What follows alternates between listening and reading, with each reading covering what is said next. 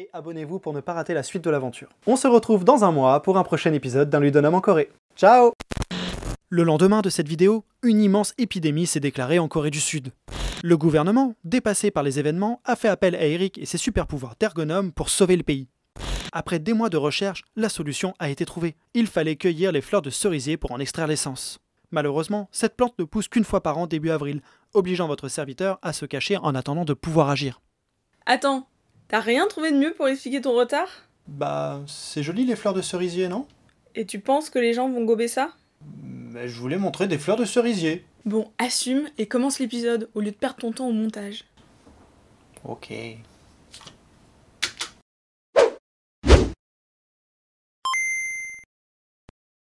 Bonjour à tous et bienvenue dans ce nouvel épisode d'un Ludonum en Corée. Au cours des épisodes précédents, nous avons vu que partir à l'autre bout du monde, c'est possible. Mais si, c'est possible avec la carte Kiwi. Forcément, fallait qu'il revienne celui-là. C'est une galère administrative, mais en prenant le temps de chercher, on finit par trouver nos réponses. De plus, la technologie actuelle nous permet de le faire sans souci. Par contre, il y a une chose qu'il est absolument impossible d'empêcher. Le décalage horaire. Oui, je vis dans le futur. Aujourd'hui, on va parler de ça et je vais vous donner quelques clés pour gérer cet aspect. Allez, c'est parti.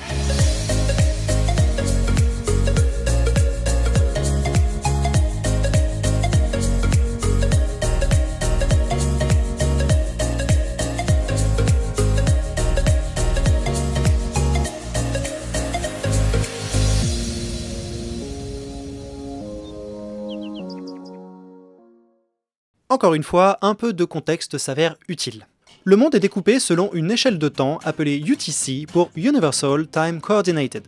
En VF, ça donne temps universel coordonné. Ouais, tout de suite, ça pète moins la classe. La France se trouve sur le fuseau UTC plus 1, tandis que la Corée du Sud se trouve sur le fuseau UTC plus 9. Ce qui fait donc 8 heures de décalage horaire. Donc, quand il est 8 heures en France, il est 16 heures en Corée du Sud. Et quand il est midi en France, il est 20 heures en Corée du Sud. Mais ça, c'est sans compter sur l'heure d'été ou l'heure d'hiver. En France, nous avançons nos montres d'une heure à l'approche de l'été pour nous caler sur le fuseau UTC plus 2, tandis que la Corée du Sud ne change pas d'heure. Enfin, plus depuis 1988. Le décalage horaire se réduit donc d'une heure, passant de 8 heures de plus à 7 heures de plus. Évidemment, j'effectue mon détachement pendant la période d'hiver, sinon ce serait pas drôle. Oh, dur, c'est pas le pied. Voilà, maintenant qu'on est d'accord, comment on gère 8 heures de décalage horaire? Que ce soit 8 heures de plus, comme en Corée, ou 8 heures de moins, comme aux États-Unis ou au Canada par exemple. Avantages ou inconvénients? Vivre dans le futur peut présenter quelques avantages. L'équipe dans laquelle on est peut travailler sur une période de 16 heures dans la même journée. Par conséquent, une entreprise comme Ludotique dispose d'une plage horaire plus importante pour ses projets. Il est possible de rendre un travail le matin pour une demande faite la veille au soir. Nous sommes donc plus réactifs aux demandes de nos clients. Il faut que ce soit prêt pour demain. Ok. Eric, il faut absolument que ce soit fait pour demain. Ok, je fais ça tout de suite. Il faut que ce soit prêt pour demain. Ok. Qu'est-ce que tu fais? Bah j'attends. Bah t'attends quoi? Je vais envoyer un mail. D'accord.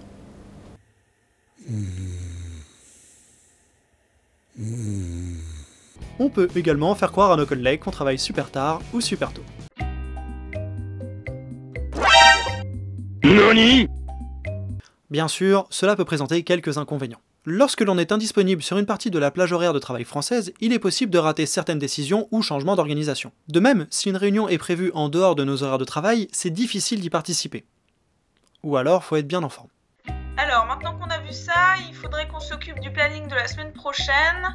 Alors, pour la semaine prochaine, Eric, Oui. ça va? Oui, ça va, tu disais, le planning de la semaine prochaine, c'est ça? Oui. Alors, pour la semaine prochaine, on aurait besoin de faire une première réunion lundi. Eric? Commencer tôt ou finir tard peut poser problème dans certains pays comme la Corée. Notamment si on veut sortir le soir. Tu vas voir, tu vas adorer ce café. Non, sérieux? Le décalage horaire n'est pas forcément facile à appréhender, mais voici quelques clés pour apprendre à bien le gérer. Gardez l'horloge de votre PC à l'heure française, c'est beaucoup plus simple pour planifier une réunion ou connaître l'heure en France. Un bon éclairage pour ne pas faire vos réunions dans le noir et ne pas perturber les personnes avec qui vous échangez, lors d'une visio par exemple. En gros, il faut faire croire qu'on est à la même heure qu'en France. Être autonome. Si vous travaillez en dehors des horaires de vos collègues, il faut pouvoir agir seul. Être flexible. Il vous arrivera de devoir travailler le matin ou le soir si vous avez quelque chose à finir en vitesse ou si vous devez assister à une réunion tardive. Restez joignable par téléphone via votre canal de communication professionnelle en cas d'urgence. Skype, WhatsApp, les mails, etc. Sinon, ça attendra le lendemain. Et en règle générale, avoir une bonne organisation pour ne pas être pris au dépourvu, ne pas être bloqué, se retrouver sans réponse et toujours avoir du travail. Finalement, le décalage horaire s'est trouvé ne pas être un problème pour mon travail. Personnellement, et avec l'accord de Ludotique, j'ai fait le choix de ne travailler que 3 jours par semaine. Ce temps est réparti sur 5 demi-journées, le matin en France et donc la fin d'après-midi en Corée, afin d'être en contact le plus possible avec mes collègues et clients dans la semaine. Nous avons simplement dit que j'étais indisponible les après-midi et c'est passé tranquille. Le reste du temps, j'ai pu profiter de mon expérience à l'étranger et me consacrer à mes projets perso. Ouais, vivre dans le futur, c'est le pied. Encore? Mais qu'est-ce que c'est que ces histoires de pieds? C'est tout pour aujourd'hui, je vous remercie beaucoup d'avoir suivi l'épisode jusqu'au bout. Comme d'habitude, laissez un commentaire si vous avez une question ou si vous voulez partager une anecdote liée au décalage horaire. Abonnez-vous pour ne pas rater la suite de l'aventure. On se retrouve dans un mois pour un prochain épisode d'un Ludonome en Corée. Ok, je pense qu'il est temps que je reprenne la main. Alors non, on ne se retrouve pas dans un mois pour un prochain épisode d'un Ludonome en Corée, étant donné qu'avec le retard que j'ai accumulé sur le tournage et le montage de cette vidéo, il s'avère que je suis déjà en France depuis 2 mois. Du coup, la série va s'arrêter car elle n'a plus beaucoup de sens de continuer, mais pas la chaîne YouTube. On a d'autres projets en cours concernant la chaîne YouTube, avec des vidéos qui vont davantage concerner l'ergonomie et la vie de Ludotique, donc restez avec nous et on vous tiendra très vite au courant. Quant à moi, il ne me reste plus qu'à vous dire encore une fois un grand merci pour m'avoir suivi jusque là et pour m'avoir fait tous vos retours qui étaient vraiment très positifs. Et on se dit à bientôt dans une prochaine vidéo. Ciao!